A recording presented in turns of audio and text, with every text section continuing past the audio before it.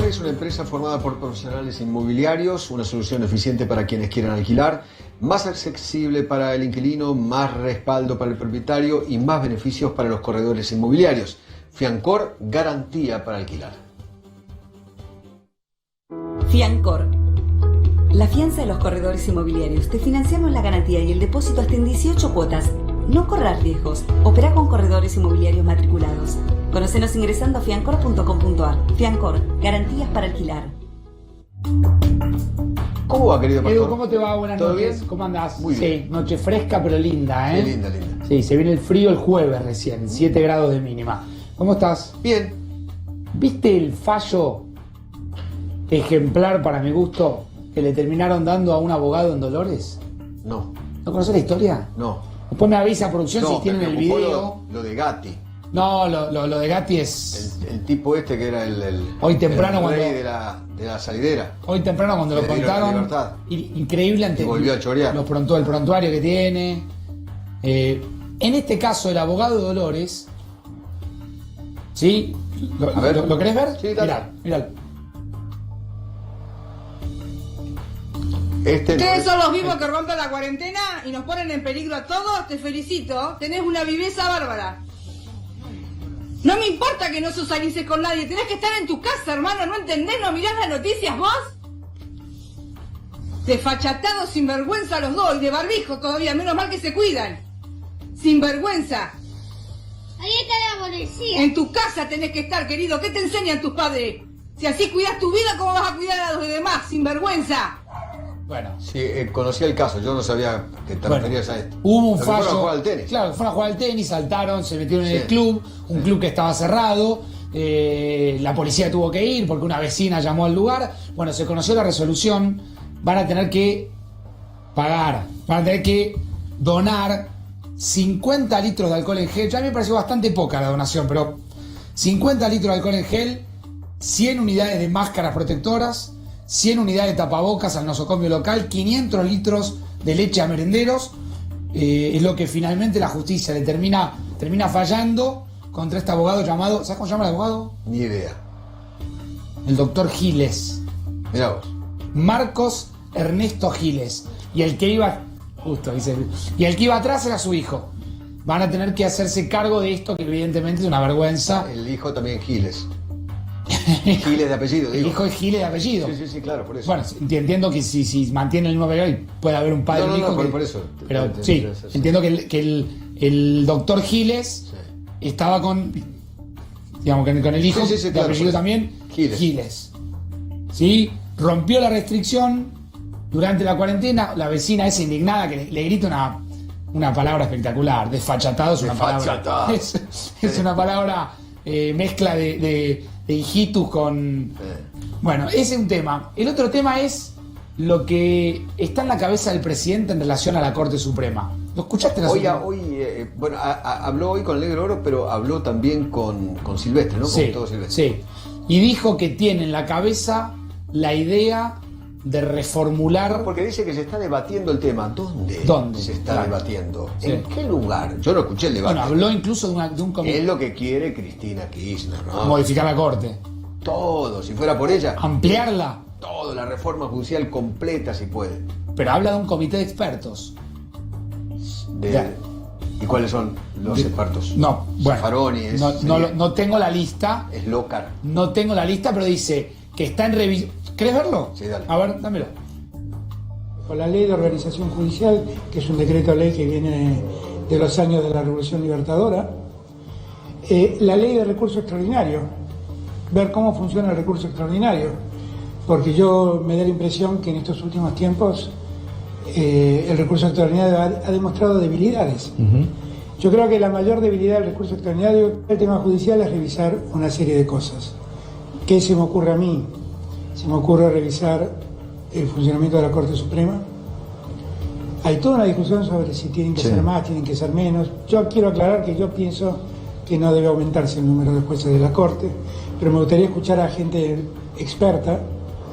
A ver, este es un tema importante, eso también lo va a someter a este Consejo. Todo esto es Si tema hay del que ampliar Consejo. o no la Corte Todo Suprema esto de es tema del Justicia. Consejo. La ley de organización judicial, que es un decreto ley que viene de los años de la Revolución Libertadora, La ley de recurso extraordinario, ver cómo funciona el recurso extraordinario, porque yo me da la impresión que en estos últimos tiempos el recurso extraordinario ha demostrado debilidades.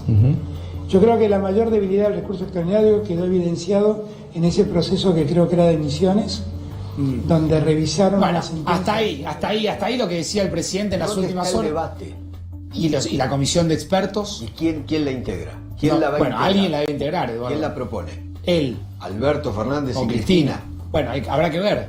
Ahí nombró revisar la ley de recurso extraordinario. Vos sos abogado, yo soy abogado, por ahí podemos explicar brevemente qué es el recurso extraordinario, es de qué manera se llega, para que la gente lo entienda y no entrar en muchos la tecnicismos, al máximo Claro. Tribunal de Justicia. No siempre un recurso extraordinario es admitido, ¿sí? Eso por un lado. Por otro lado, el presidente dice que no quiere aumentar la cantidad de jueces de la Corte, pero al mismo tiempo reconoce que hay un comité, o habrá un comité, o No, habría él un dice comité. que hay no sé una cómo- discusión. Yo no escucho ninguna Bueno, por ahí discusión la- sobre el tema. están dando hacia dentro del ¿Dónde? gobierno. Bueno. Entonces, dentro del gobierno es que quieren. El presidente fue claro, dice, yo no quiero. Yo no quiero mayor cantidad. Porque Pero acá Cristina sí. no dice Cristina, pero dice un comité de expertos que es, digamos, aparte está revisando la Corte, está revisando el funcionamiento de la justicia. ¿Será la ministra de Justicia, Marcela Lozardo? No creo. No creo. ¿No la ves por ese lado? No la Habla de revisar la ley. Yo creo que Lozardo piensa igual que Alberto Fernández. No hay que modificar los miembros de la Corte. Me parece, ¿eh? Bueno, entonces, ¿quién es el comité Me de parece. expertos? ¿Quiénes son? ¿Qué sé yo? Estarán los intelectuales de Cristina, qué sé yo, ¿no? ¿Cómo se llamaba el que quería tirar abajo la Constitución y hacer una nueva? Que sé, no sé cuáles son los expertos. Zaffaroni será. Mempo Giardinelli. Mempo Giardinelli. Después se enoja Eduardo conmigo y dice que yo lo pongo nervioso hasta ahora y no es mi idea. No, que yo. Pero me llama la atención. Habló de modificación también del Consejo de la Magistratura, de revisar el Consejo. Tampoco creo que tan fácilmente en el medio de la pandemia que estamos viviendo se pueda revisar todo así. Si el experto va a ser Barcesat, estamos en el horno. Si el experto va a ser, no sé, Slokar, estamos en el horno. Si el experto va a ser Zaffaroni, estamos en el horno. Qué sé yo. Pero bueno, no sé. Bueno, todavía no se modificó se ha discutido tanto. La pandemia ha dejado aguardado temas. Digo, antes de la Corte no se debiera rediscutir el tema de los jueces federales, que tanto dijeron que se iba a discutir, para tratar de quitarle.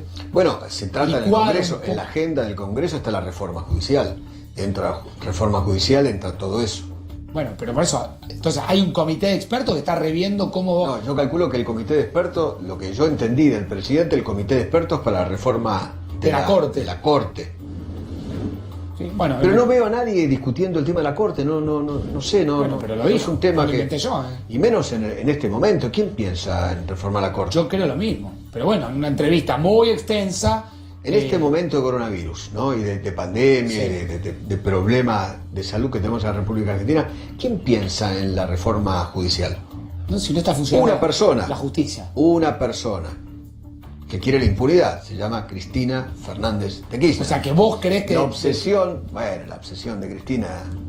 Vos creés que detrás de eso está la mano. No, de bueno, Cristina. chao, me voy. No te vayas, no te No, vayas, en no te serio, vayas, no. no te vayas enojado. Pero no te vayas ¿para qué? enojado. ¿Para qué? No te vayas enojado. ¿Para qué me vas a hacer? ¿Para qué? No, pero me llamó la atención. Es un tema que seguiremos mirando, que seguiremos viendo, porque evidentemente hay alguien que está evidentemente pensando en modificar algunas cuestiones de la Corte. Los Sí. miembros, la cantidad, Sí. comité de expertos, veremos. Veremos, querido. Gracias, Bye. Edu, gracias por quedarte Hasta luego. unos minutitos, Hasta gracias. Comenzamos 4 días, en minutos nos vamos a meter con el tema de la educación, vamos a hablar de educación esta noche, vamos a tratar de responder en un día donde hay mucha información para contarles, ¿sí? Algunas de las preguntas que seguramente vos por estas horas te hacés respecto al tema de la educación. Entre otras cosas, ¿qué va a pasar con las clases? ¿Cuándo vuelven las clases a la Argentina? ¿Qué va a pasar con las clases de nuestros hijos? ¿Cuánto tiempo resiste? ¿Cuánto tiempo resisten los chicos? ¿Cuánto tiempo resisten los padres? ¿Cuánto tiempo resisten los docentes lejos de las aulas? ¿Cómo van a ser evaluados, ¿sí? nuestros hijos? ¿Pasarán de grado? sin ser evaluados? ¿Qué pasará con un chico que está en primer grado, o el que está en séptimo grado, o el que está en quinto año? ¿Podrá entrar el año que viene a la facultad? Muchas preguntas que tenemos para hacer al ministro de Educación, Nicolás Trota, que ya está con nosotros, escuchándonos. Nicolás, ¿cómo te va? Buenas noches. ¿Qué tal, Facundo? Muy buenas noches. Bueno, gracias por atendernos, gracias por recibirnos. Me hacía algunas preguntas en la introducción. Me imagino que son temas que estarán pensando. Sí hay un horizonte que está puesto en agosto. En agosto, ¿vos crees o el gobierno cree que volverían las clases, efectivamente? No, vamos a volver cuando la salud lo permita. Queremos llevarle la tranquilidad a todos nuestros docentes, estudiantes, que cuando la pandemia, ¿no?, y la situación que esté transitando en ese momento la Argentina lo permita, vamos a volver a las aulas. Hoy el escenario en el que estamos trabajando es la posibilidad de volver en agosto o septiembre. No tenemos todavía la certeza, no tiene el mundo en muchos aspectos la certeza de los pasos que hay que dar, porque estamos viendo con atención que ocurre no solo en la Argentina, sino inclusive en algunos países del hemisferio norte que están volviendo en estos días a las clases. Tenemos que ver qué resultado epidemiológico tiene esa vuelta a las clases en relación a todo lo que moviliza un día de clases, escalonado en el caso de los países europeos, porque no están volviendo todos, pero a partir de esos análisis tomaremos la decisión en el momento que el comité de expertos lo recomiende. Claro, quiere decir que hoy en la cabeza de todos nosotros, de ustedes, de los padres, de los docentes, de los chicos, están estas dos preguntas: el cómo y el cuándo. Ahí ya alguna pista, Nicolás, nos das, que es un regreso escalonado. ¿Qué significa esto? Bueno, si uno ve lo que es la realidad de los países europeos, ellos están volviendo parcialmente. No todos los chicos todos los días al mismo tiempo, y nosotros creemos que eso en parte debería ser el camino. Según la infraestructura que tenga cada una de las instituciones educativas, tenemos que ver cómo plantear esos protocolos para, por ejemplo, ¿no?, que los chicos de un grado, de un segundo grado, el día lunes vaya la mitad, el día martes la otra mitad, y ese lunes no solo se trabaje en ese proceso de aprendizaje, de enseñanza-aprendizaje del día, sino también se le puedan dar actividades para que los estudiantes puedan trabajar al día siguiente en el hogar, ¿no? Y así sucesivamente, 3 días a la semana una parte del aula, 2 días a la semana la otra, y así rotar a la semana siguiente. Esta es una de las experiencias que están llevando adelante los países europeos, y es en parte lo que estamos analizando. Nos preocupa no solo el trabajo dentro del aula, sino también en los espacios comunes, todo lo que implica el ingreso a la escuela, como también la movilización que genera el retorno a las escuelas. Si nosotros queremos volver simultáneamente, como era en marzo, en todos los niveles educativos, todos los estudiantes el mismo día, con sus docentes, implica casi una movilización de 15 millones de personas, y eso generaría mucho riesgo en cuanto a la circulación de personas. Quiere decir que el cálculo que cuando tracciona este sector, mueven alumnos, mueven docentes, está incluido el movimiento que hacen también los adultos para llevar a esos chicos. Se mueven 15 millones de argentinos. 15 millones de argentinos son entre estudiantes y docentes de todos los niveles educativos, ¿no? Desde el jardín hasta los terciarios y las universidades, ¿no? Entonces, a partir de allí tenemos que ser muy cuidadosos. Nosotros estamos teniendo conferencias regulares con ministros de distintos países europeos. Por ejemplo, hoy a la mañana con la ministra de Finlandia, que están regresando en estos días, jardín y primaria, a las aulas para conocer la experiencia, más allá que son realidades muy distintas a la Argentina. Nos enriquecemos de no solo las decisiones que están tomando, sino ver la evolución que van a tener en las próximas semanas, no solo en el campo pedagógico, sino también desde lo epidemiológico, claro, para ver si esa movilización genera algún tipo de contagio nuevamente en ese sector de la sociedad. Temas que me fui anotando que te quiero preguntar, Nicolás, porque me imagino del otro lado, en casa, muchísima gente preguntándose cosas. Vamos a tratar de hacer esa empatía, ese ejercicio de pensar que hay padres del otro lado. Chicos, hasta ahora no debiera haber porque ya estamos en horario de protección al menor. ¿Qué es esta idea de un sistema dual? ¿Te imaginas que las clases volverían, pero durante un tiempo volverían en forma presencial y en forma remota al mismo tiempo? Bueno, es un poco lo que nos plantean los especialistas. Hasta que no haya una vacuna, va a ser difícil regresar todos simultáneamente todos los días. Entonces creemos que hoy estamos en un esquema de educación a distancia, en unos casos educación virtual, que genera enormes desafíos, porque no es lo mismo aprender en el aula que aprender en el hogar, ¿no? En el hogar emergen todas las desigualdades, el adulto tiene que acompañar y muchas veces mediar el vínculo con el docente, que hace mucho esfuerzo a la distancia para sostener la continuidad pedagógica. Claro. Si nosotros logramos ir algunos días al aula, obviamente no es el escenario ideal, pero mejora ese vínculo entre el docente y el estudiante, y cuando se va un día, al día siguiente se tiene que quedar en el hogar, se puede generar todo un proceso de trabajo, un plan de trabajo con actividades para ser analizadas, revisadas, terminadas al día siguiente en clase. Entonces tenemos que prepararnos, nos marcan los especialistas y es lo que están transitando los países europeos, un esquema dual, un esquema híbrido, ¿no? De presencialidad en la escuela y también de trabajo remoto o a distancia. Claro. ¿Cómo se adaptan las medidas de distanciamiento a la diversidad que hay de escuelas completamente distintas, regiones y lugares completamente distintos? ¿Cómo se adapta a eso?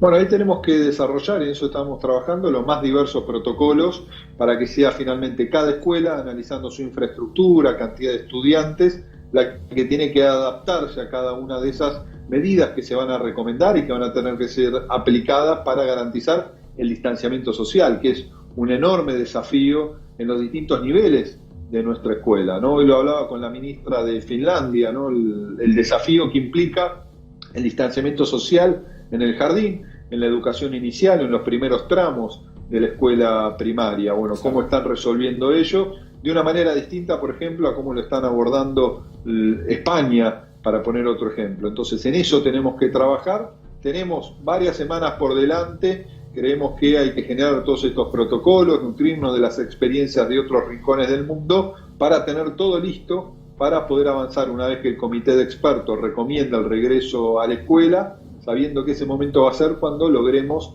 disminuir el riesgo de contagio y darle seguridad y tranquilidad, no solo a toda la sociedad, sino también principalmente a nuestros estudiantes y a nuestros docentes. Nicolás, ¿te imaginas hoy dándole prioridad, por ejemplo, a los primeros grados y a los últimos? Me imagino, un chico que está en primer grado, para que no retrase toda su evolución, alguien que está en séptimo grado, alguien que está en primer año, en quinto año del secundario, ¿o todavía es muy prematuro pensar en eso?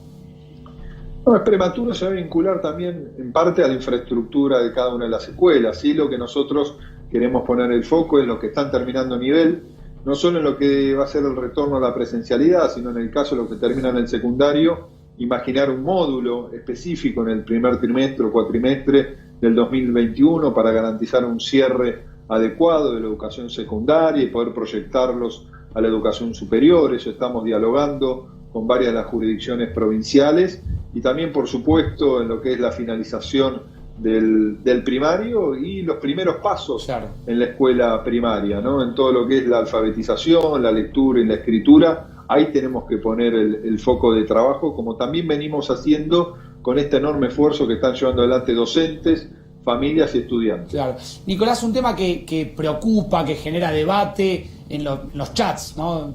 Hoy ya no nos encontramos porque obviamente el distanciamiento aleja un poco a la gente, pero se genera un gran debate sobre cómo van a ser evaluados nuestros hijos. Yo esto lo hemos hablado, sé que tenés una mirada que también seguramente va cambiando esa mirada. Muchos nos preguntamos, los que tenemos chicos en edad, digamos, primaria y chicos en edad secundaria, ¿mi hijo va a pasar de grado? ¿Mi hijo va a pasar de año aún sin que le pongan una nota en matemática, sin que lo evalúen en lengua? Yo sé que por ahí en este momento es un tema que hay que dejar de costado, pero la gente está pensando en esto y la gente se preocupa por esto y es difícil imaginar cómo de repente un chico pasa de primer grado a segundo grado sin haber sido evaluado previamente. Bueno, es que nosotros estamos evaluando, ¿no? Decimos que la evaluación es fundamental y el docente evalúa todos los días. Evalúa en el aula y también evalúa a la distancia, ¿no? Y lo que creemos que hay que evaluar desde una mirada pedagógica es todo este enorme esfuerzo que están llevando adelante docentes, estudiantes y familia. Y valorarlo para también poder mejorarlo desde una mirada pedagógica, qué hemos hecho bien en cada hogar, qué se ha logrado llevar adelante en este enorme desafío en el marco de la pandemia. Lo que decimos es que no es momento de calificar, de poner una nota, porque no estaríamos poniendo una nota a lo que ha aprendido un niño o una niña, porque nadie aprende solo en el hogar, ¿no? Lo que estaríamos calificando es su realidad sociofamiliar, las condiciones de su hogar, el acompañamiento que recibe de los adultos, el acceso a la tecnología, y cada hogar es un lugar común decirlo, pero es un universo distinto. Hay enormes condicionantes que pueden obstruir o fortalecer ese proceso de aprendizaje a la distancia. Pero hay que evaluar, y hoy estamos en una etapa que todavía no hemos terminado el primer trimestre del año. La decisión que hemos tomado y que estamos debatiendo el próximo viernes con todas las provincias para unificar una mirada común es que tenemos que evaluar y no calificar. Muchas de las inquietudes que vos planteás obviamente están en nuestra agenda de trabajo y las venimos debatiendo no solo con las provincias, sino también con las principales referencias del campo pedagógico de Argentina, para que cada decisión tenga los consensos necesarios y sea el mejor camino para garantizar aprendizajes y garantizar también saberes. Nicolás, el fin de semana me acercaron material para leer con información que lo conocerás a Francisco Tonucci, el ilustrador, el dibujante, pedagogo, alguien que se reconoce a sí mismo como un niñólogo. Me pareció, sabés a quién me refiero, ¿no? ¿Lo conocés? Estuve ayer con él conversando, estamos trabajando algunos proyectos juntos. La semana pasada hicimos una videoconferencia juntos que hubo más de 200.000 personas que siguieron esa charla que tuvimos con Francesco, una persona encantadora, disruptiva, con ideas muy positivas para lo que tiene que ser mejorar nuestra escuela, ¿no? Claro, vos sabés que ponderar de lo que tomo de algunos textos que leí el fin de semana de él, dijo algo así como que todos los medios, como que estamos todos preocupándose por consultar psicólogos que pudieran dar consejos a los padres, pedagogos que puedan dar consejos a los maestros, y nadie pensó en consultar a los niños, de cómo ven ellos este momento, de cómo lo están pensando. ¿Se te ocurrió en algún momento charlar con chicos, con niños, preguntarles cómo están viviendo este momento?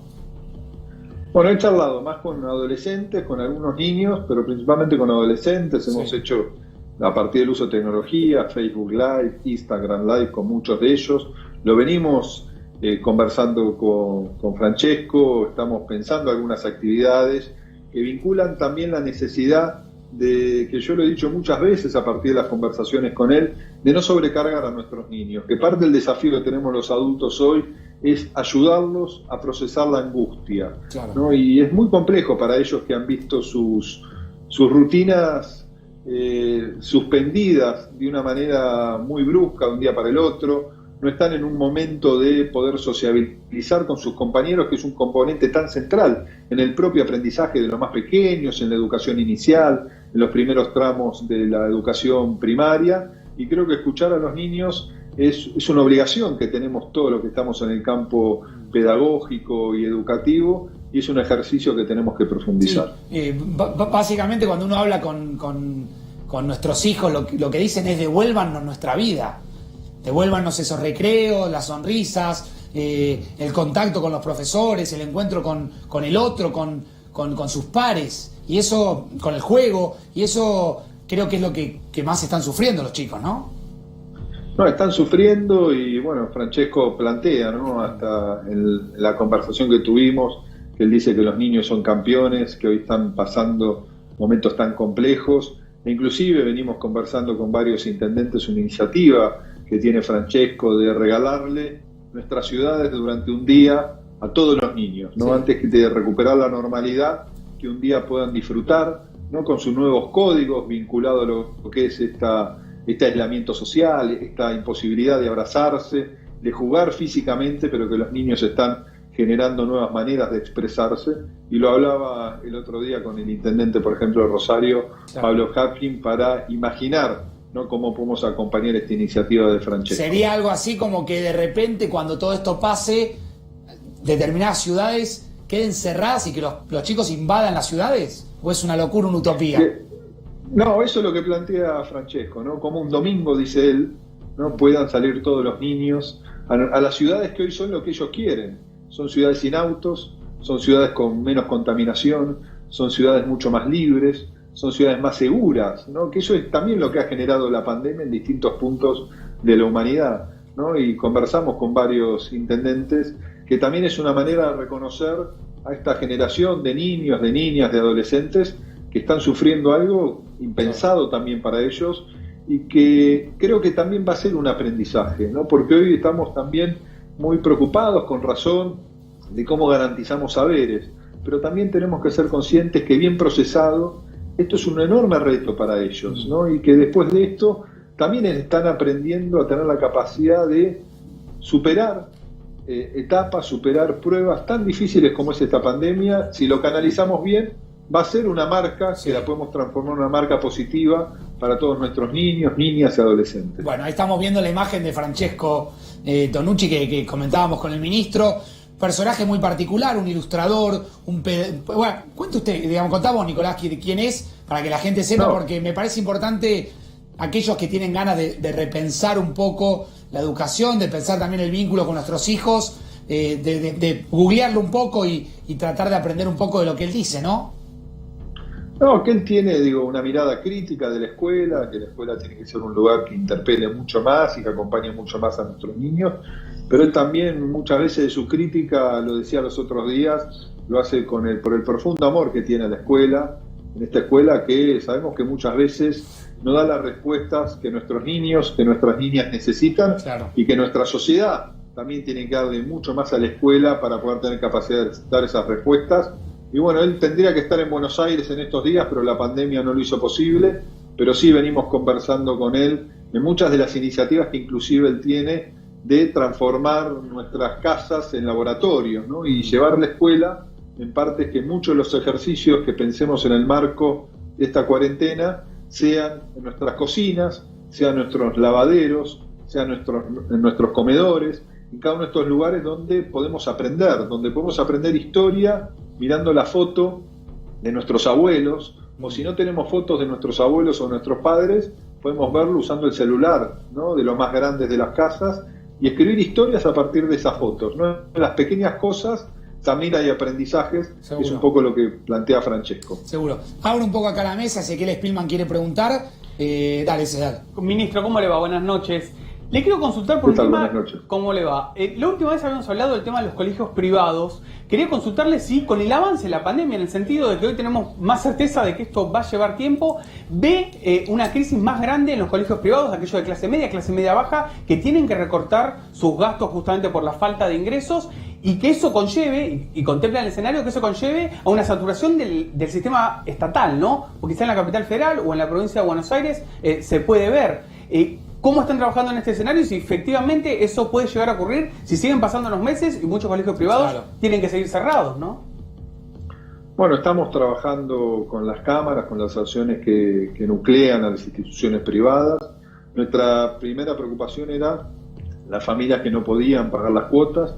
No acordamos que se puedan postergar los pagos sin intereses, sin que afecte el vínculo de la institución con el estudiante y la familia. Hoy nuestra preocupación es el hecho que muchas instituciones están en una situación muy compleja en términos económicos. Entonces, bueno, muchas de ellas se han presentado al programa de asistencia para el trabajo y la producción, y estamos en estos días resolviendo cada una de estas situaciones para poder acompañar en el pago de salarios, con la complejidad que hay muchas de las instituciones, la mayoría que tienen subsidios. Entonces estamos terminando con las jurisdicciones, principalmente la provincia de Buenos Aires y la ciudad de Buenos Aires, de determinar el subsidio o el aporte que tiene cada jurisdicción para poder acompañar a aquellos trabajadores y docentes y no docentes dentro de cada institución que no tienen su salario garantizado por el subsidio que otorgan las provincias. Claro. Ministro, si nos regala unos minutitos más, lo sumo a Claudio Jacqueline, que ahora le voy a preguntar por un extraordinario artículo que publicó hoy, un análisis político sobre el momento de Alberto Fernández, pero se suma con una pregunta. Nicolás, sí, dos cosas quiero preguntarte. Una es si han hecho alguna evaluación, pues ya llevamos 2 meses donde los chicos no van a la escuela, y si han hecho alguna evaluación en cada uno de los distritos sobre qué está funcionando, qué no está funcionando, qué están necesitando los docentes para mejorar esta educación, que como vemos se va a prolongar. Y la otra es que así como se está haciendo, que en muchas jurisdicciones se está flexibilizando, si no está pensándose en flexibilizarse también las clases en algunas jurisdicciones, sobre todo en provincias donde o no tienen ningún caso, no han tenido ninguno, o ya hace un tiempo que no tienen, o que los contagios se han distanciado mucho. Bueno, buenas noches, Claudio. Comenzando por la segunda pregunta, nosotros creemos que no están dadas las condiciones todavía para imaginar esos escenarios. La decisión de la vuelta a las clases en el marco normativo actual es una decisión del gobierno nacional, lo hemos conversado con ministros de educación y con los propios gobernadores, inclusive de aquellas provincias que no han tenido casos positivos, pero todos, ¿no?, acompañan la decisión de ser muy cuidadosos por toda la movilización que implica regresar a las aulas, e inclusive todos sabemos lo explosivo que puede ser el contagio del COVID-19, por eso cada paso tiene que ser muy analizado y son decisiones de la ciencia, ¿no? Nosotros decimos que son decisiones del campo epidemiológico y en eso estamos trabajando. Sobre la primera pregunta, hay distintos estudios de campo, uno que llevó adelante UNICEF, que evalúa el impacto de muchas de estas políticas de educación a la distancia, que demuestran buenos números en cuanto a lo que es la conectividad, pero también sabemos que hay que mejorar muchos aspectos de cara a los próximos meses o a las próximas semanas. Estamos terminando un instrumento que permita evaluar todas las políticas que se están llevando adelante para poder ser presentado en los próximos días ante el Consejo Federal y tener mayor claridad en cuanto al impacto de cada una de las iniciativas llevadas adelante por el Gobierno Nacional, por las provincias y por las propias instituciones educativas. Bueno, ministro, muchísimas gracias. Alguna vez hemos compartido algún recreo. Efectivamente. Un recreo con el ministro. Hemos compartido un recreo, un patio con el ministro. ¿Pueden decir en qué colegio? Pero Facundo es mucho más joven.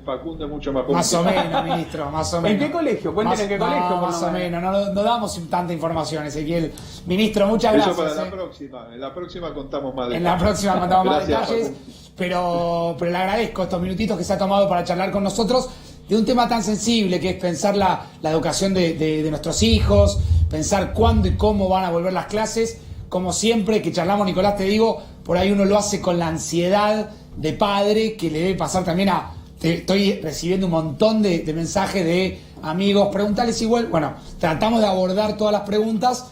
Hay ansiedad, creo que también es momento de parar esa ansiedad para poder pensar un poco de otra manera, ¿no? Por supuesto, ¿no? Llevarle la tranquilidad a toda la familia, que vamos a priorizar el cuidado de la salud y que por supuesto queremos volver a las clases, queremos volver a las aulas, pero lo vamos a hacer cuando logremos minimizar el riesgo para nuestros estudiantes y docentes y que se sientan cuidados y que también sean conscientes todos que cada decisión intentamos que tenga el mayor consenso posible para garantizar los mejores aprendizajes. Seguro. Nicolás, gracias, nos reencontramos pronto. Gracias a ustedes, un abrazo. Gracias. Ya me quedo acá un ratito con Claudio Jacqueline y con Ezequiel Spillman. Claudio, te voy a preguntar después por qué lo llamaste Alberto Fernández el equilibrista. Y está haciendo equilibrio entre quién y quién, pero en un ratito vuelvo, me lo comentás. Está Federico Achával con nosotros, intendente de Pilar, para pensar también todo esto que hablábamos con el ministro y pensar qué está pasando en el conurbano. Federico, gracias. Muy buenas noches, Facundo. Gracias por venir. Me imagino que el tema de las clases es un tema recurrente. No sé si tenés hijos en edad escolar. Tengo hijos en edad escolar y además tenemos los 63.000 alumnos de las escuelas públicas del distrito que obviamente se ven afectados por esta pandemia, con esta suspensión de las clases, que además tuvimos que tomar la decisión en la provincia de Buenos Aires de acompañar alimentariamente a muchas familias. La verdad que es muy interesante cómo el Ministerio de Educación de la Nación piensa en términos federales, pero también con muchísima realidad en aplicación de políticas públicas. El otro día estuvimos con el ministro justamente con la posibilidad de volver a implementar el programa Conectar Igualdad, dándole la oportunidad a los chicos del cuarto año de las escuelas públicas de volver a recibir esa netbook, que en este momento en la que la educación a distancia es tan importante, la implementación de ese tipo de políticas públicas y garantización de derechos. Y nosotros con el ministro citábamos a este niñólogo, sí, que realmente es interesante leerlo, que es Tonucci, que él hace referencia a que la propuesta educativa sí o sí tiene que tener y tiene que tener que ver con la diversidad de los chicos. No es lo mismo estudiar con la banda 4G de tu internet que pagan tus papás, que hacer el esfuerzo de estudiar en un lugar por ahí donde el déficit habitacional es distinto, o estudiar en alguna escuela rural. Creo que la Argentina es muy distinta y bueno, el conurbano muestra un poco eso, que vos podés tener un chico dentro de un country en este momento haciendo aula virtual y por ahí un chico en un barrio que no le es tan sencillo, ¿no? No, y sin lugar a dudas, a nosotros en Pilar esa dinámica nos toca por sobre todo, ¿no? Siendo Pilar uno de los distritos con mayor índice de desigualdad, no tenemos una gran cantidad de urbanizaciones cerradas, pero tenemos muchísimos barrios con necesidades básicas insatisfechas, y lo cierto es que en todo vemos la necesidad de la planificación de las políticas públicas y de un Estado presente, más que nada en estos contextos, ¿no? Donde realmente hace la diferencia el Estado acompañando a esas familias. Lo vimos con un montón de correcciones que se fueron haciendo, desde que se suspendieron las clases hasta la implementación del material pedagógico para que se lleven los alumnos en las escuelas públicas, hasta la implementación y el seguimiento que hacen los docentes y directores de las escuelas públicas para ver qué familia tiene internet, qué familia tiene computadora. Muchísimas docentes muy comprometidas con sus alumnos, tratando de vía WhatsApp seguir cuál es la evolución de los chicos que no tienen la posibilidad de acceder a internet. Lo cierto es que estamos frente a una situación extraordinaria que nos plantea un desafío muy importante en términos de gestión, pero fundamentalmente en términos de entender esas desigualdades y de pensarlas en cómo garantizamos derechos. Claro. Voy a hacer un paréntesis lamentable. Yo me quedaría hablando de educación toda la noche, pero tenemos que hablar de coronavirus también. ¿Cómo está Pilar en ese sentido? Estamos con la preocupación de todos, sin lugar a dudas. Hay una idea fundamental que implementa desde el gobierno nacional, que una bajada de línea de nuestro presidente Alberto Fernández, que tenemos que priorizar la salud y la vida de los habitantes. Y en ese sentido, desde la gestión de Pilar, lo que tomamos como primera decisión es tratar de reajustar nuestro sistema de salud, tratar de acondicionar nuestro hospital central con mayor cantidad de camas, con respiradores. Estamos terminando un hospital nuevo en Presidente Derqui en conjunto con la provincia de Buenos Aires, que nos va a permitir incorporar 26 nuevas camas de terapia justamente para el coronavirus. Y fundamentalmente, Facundo, planificando un sistema. Claro. Un sistema significa desde cuando llamás al 107 con los síntomas del coronavirus, desde cuando te acercás a la sala de atención primaria, hasta la internación más compleja de la cama con respirador. Eso es lo que venimos priorizando en Pilar. Me voy un minutito a la pantalla, me quedo hablando con el intendente de Pilar, Federico Achával. Esto lo que muestra es una evolución en la zona, si no me equivoco, es la zona quinta, ¿no? Es decir, Campana, Escobar, Exaltación la primera sección electoral. La primera sección electoral, que es región sanitaria quinta. Quinta, claro. Ahí se me mezclaba. Acá lo que vemos es que en rojo aparecen los casos descartados. ¿Sí? Siempre yo trato de poner esta cifra, porque me parece, y después vamos a cerrar seguramente el programa con la cantidad de recuperados, pero también hay mucha gente que sospecha que puede tener el virus y termina siendo descartado. Busco Pilar, que está por acá, 637 que estuvieron en el estudio y fueron descartados, 79 casos confirmados, por ahí hay alguna actualización de las últimas horas, y 131 que son casos sospechosos que siguen en evaluación. También las cifras, ¿no? Sí, son esas las cifras. Lamentablemente tuvimos 7 fallecidos, pero también tenemos una gran cantidad de pilarenses que han superado el coronavirus, que estuvieron en nuestras instituciones públicas, que han pasado por el proceso de internación y que por suerte salieron muy bien. Son más de 30, entonces de esos 79 hay que tener en cuenta también los que han pasado por esa etapa. Por eso digo, hay que mirar la cuestión global. Pilar tiene además una gran cantidad de pilarenses que fueron al exterior y volvieron este último tiempo, no solamente en avión de los países que son en un momento originario que tenían que ver con los países de riesgo, sino de otros países y de lugares, países vecinos.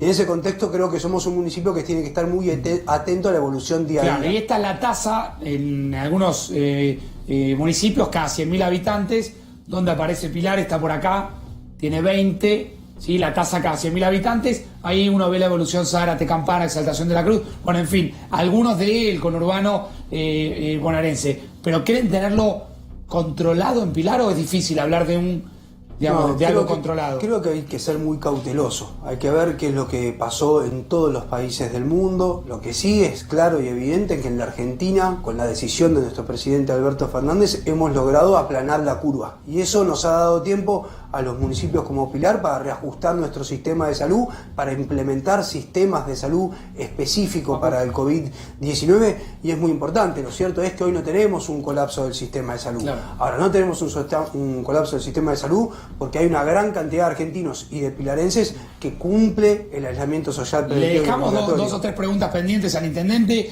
Hoy 285 nuevos casos, ¿sí? En un registro que suma ya 6.563. Ahora, la cifra más grande se da con 188 sobre un total de 285 en plena capital federal. que hay una contradicción grande acá. Yo creo que ya se está preparando la doctora Carla Gentile, la estamos escuchando. Doctora, ¿cómo le va? Buenas noches.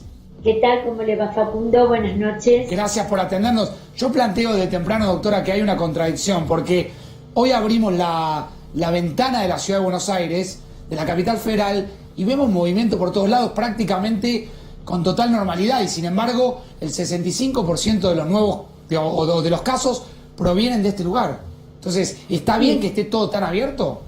Bueno, en realidad la idea es flexibilizar algunas pocas actividades, pero siguiendo un poquito el eje de su pregunta, que me parece interesante, también es verdad que estos nuevos casos son expensas fundamentalmente de dos villas, la Villa 31 y la 1114. No es que esté diseminado en forma masiva en la Ciudad de Buenos Aires. El virus se caracteriza porque se mueve por conglomerado. ¿Qué quiere decir? Por unidades exactas de tipo, en este caso, geográficas. Claro. Está muy confinado a esos lugares de más vulnerabilidad social. Entonces, como se está usando una técnica por el cual se va casa por casa, es una estrategia que permite captar casa por casa, chequeo, busco síntomas, aíslo contactos, aíslo casos, y esto obviamente está aumentando el número de casos que uno está detectando en la Ciudad de Buenos Aires. Pero bueno, esta es la estrategia y es la correcta, porque uno tiene que tratar de frenar la transmisibilidad precisamente en estos lugares de tan alto riesgo, ¿no es cierto? Yo le preguntaba, doctora, porque vi mucho movimiento hoy en la ciudad, vi mucha gente moviéndose. Yo no sé si a esto a usted le preocupa o tiene también que darse eso. No me preocupa, pero creo que es un tema para ir observando detenidamente. La idea fue clara de flexibilizar actividades, porque tenemos una curva controlada, una situación epidemiológica que nos permite flexibilizar. Por supuesto, muchísimo más en provincias del país, en jurisdicciones, en ciudades pequeñas, que tienen pocos casos o que prácticamente ya no han tenido casos hace muchos días, y con más mirada, con más seguimiento en el área metropolitana. Pero algunas actividades se van a flexibilizar. Y aquí viene otro ingrediente clave de esta etapa 3 para el área metropolitana y 4 para el resto del país. La responsabilidad de la comunidad y la responsabilidad social, porque se ha insistido mucho en la importancia de todo lo que significa el distanciamiento, las medidas de control. Y llega un momento que esta flexibilización tiene que ir de la mano de esa conciencia comunitaria. Me parece que lo estamos haciendo bien. Esto hay que seguirlo. Bueno, me quedo con esa frase que me gusta, también transmitirle a la gente que lo estamos haciendo bien.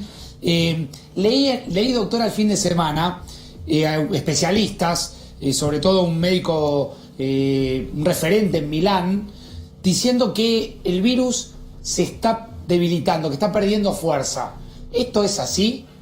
Bueno, eso es una impresión clínica, que probablemente él es un médico clínico, habrá visto casos muy graves, porque posiblemente haya sido gente mucho más vulnerable, la que ha visto en la primera parte de la pandemia, y la gente más vulnerable, adulto mayor, son los que se internan en terapia. Claro. Probablemente está la disminución de esa curva epidémica. En Italia ha sido una curva con un ascenso muy brusco, con mucha mortalidad en población de mucha edad, y un descenso que ahora se está dando. Y en este descenso hay más casos leves habitualmente. Claro. Entonces, esto hay que ser prudentes en poder, extenderlo y decir, bueno, ahora el virus cambió. No, el virus por ahora siempre es el mismo.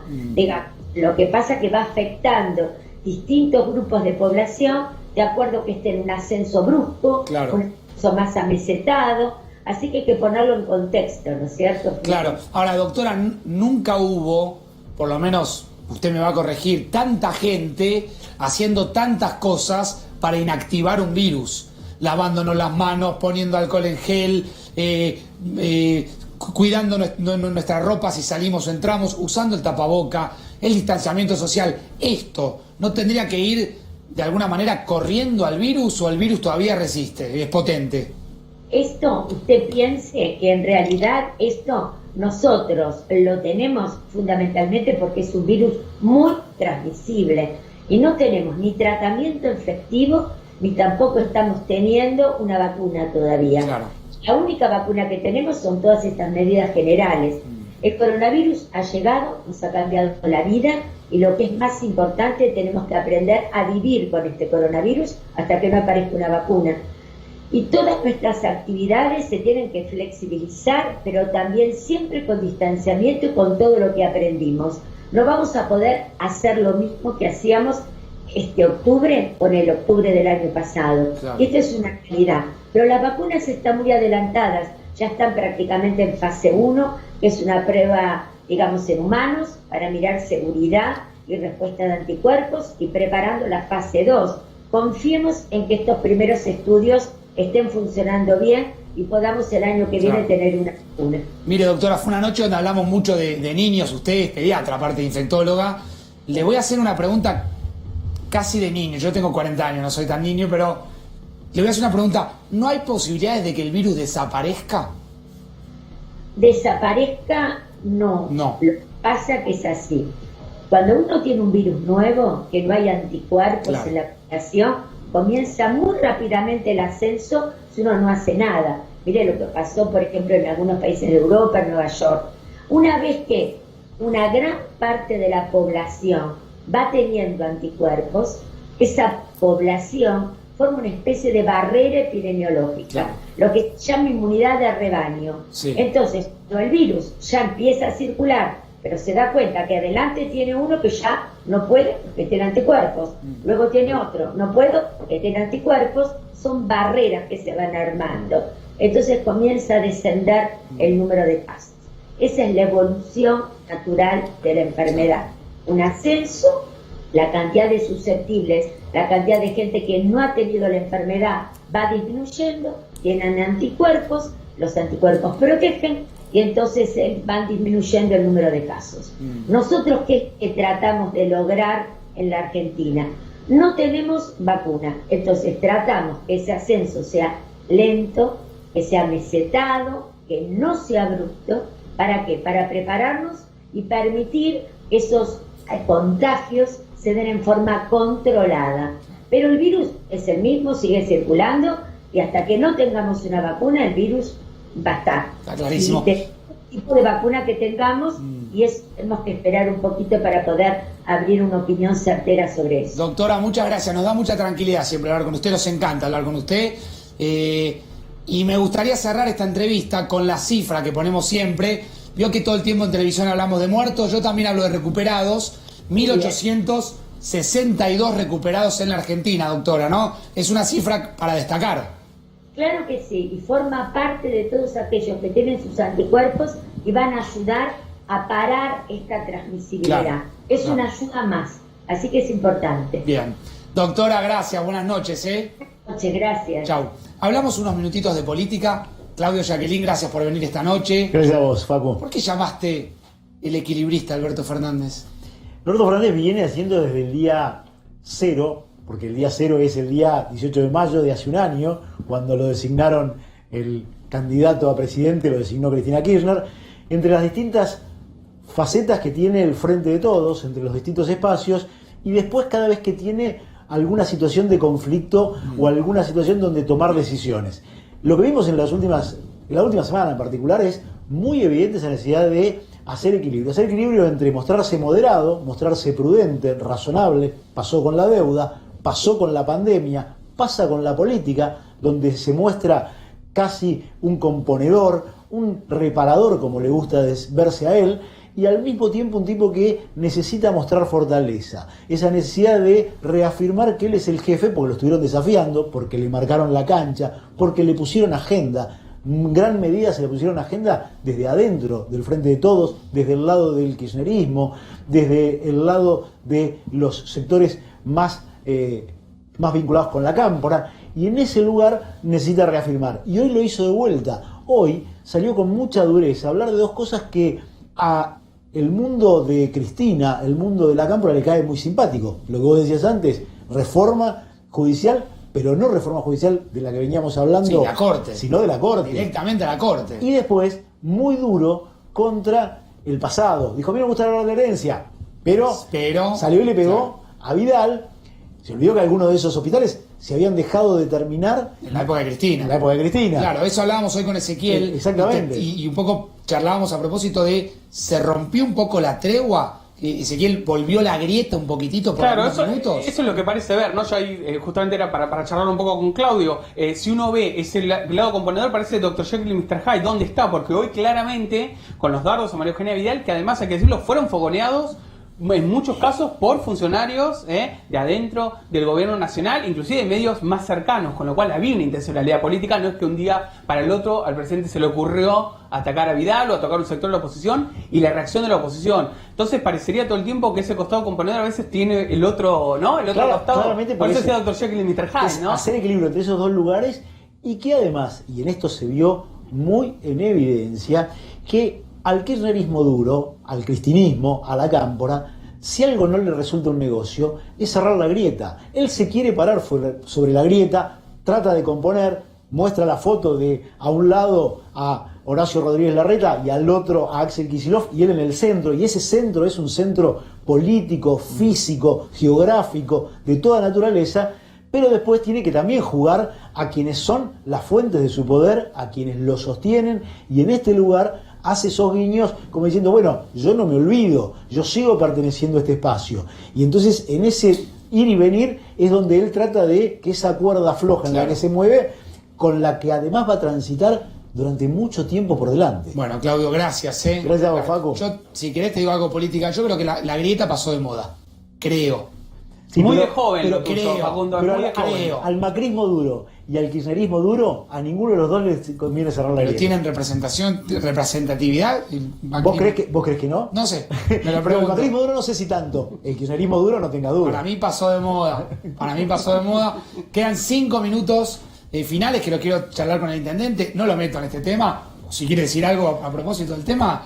¿Pasó de moda la grieta o no? No, yo lo que creo que la gran mayoría de los que nos toca la responsabilidad política en este momento estamos pensando en políticas públicas para resolver el problema que tiene el vecino que está sentado ahí y que tiene que quedarse en su casa, que no sabe qué hacer con sus hijos, que se le complica llegar a fin de mes, que ya estaba complicado para llegar a fin de mes y esta situación la agravó. Y sinceramente, Facundo, veo todo el arco político y fundamentalmente los que somos parte de esta coalición de gobierno pensando en cómo ayudar a Alberto Fernández, que viene tomando decisiones acertadas y que han significado, como vimos todos los días, el aplanamiento de una curva que nos da muchísima tranquilidad a todos. Ahí hay una sensación de como que el presidente reparte o divide a la oposición que gestiona de la oposición que no gestiona, porque obviamente se ve que hay oposición que gestiona que acompaña. Yo creo que el presidente lo que hace es tratar de unir a todos los argentinos tras un objetivo que es priorizar la vida y la salud de todos nosotros. Que realmente tenemos un enemigo invisible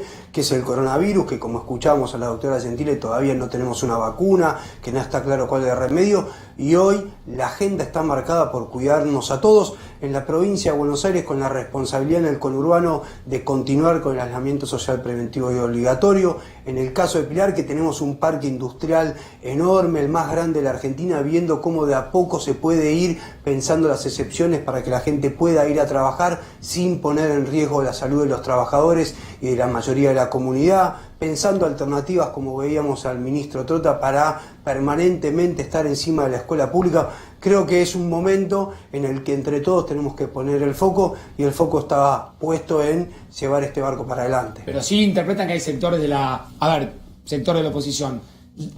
¿Les llama la atención, por ejemplo, el silencio de Mauricio Macri?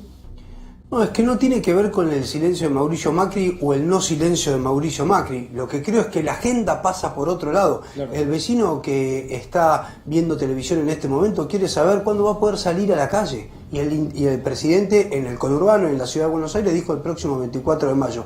Y eso dispara un montón de inquietudes, miedos, certezas de cómo seguir este procedimiento. Yo estoy más preocupado en la gestión del día a día, tratando de ver cómo consigo un respirador más, cómo acompaño a un vecino que tiene miedo y no sabe si tiene o no coronavirus, entonces pongo los telemédicos para que le hagan el seguimiento en su hogar. Estoy pensando en la dinámica del día a día, pensando que además las políticas públicas en esta pandemia nos han mostrado que el mundo va a cambiar, como dice Alberto Fernández, que los órdenes establecidos van a cambiar y que nosotros vamos a tener que responder a esa demanda. Federico, dentro del territorio de Pilar hay barrios postergados, ya hablamos de ellos. Hay también muchos barrios cerrados, country, como se conoce habitualmente, no sé cuántos, seguramente. De 180 urbanizaciones cerradas tenemos. Que viven, ¿cuánta cantidad de gente ahí?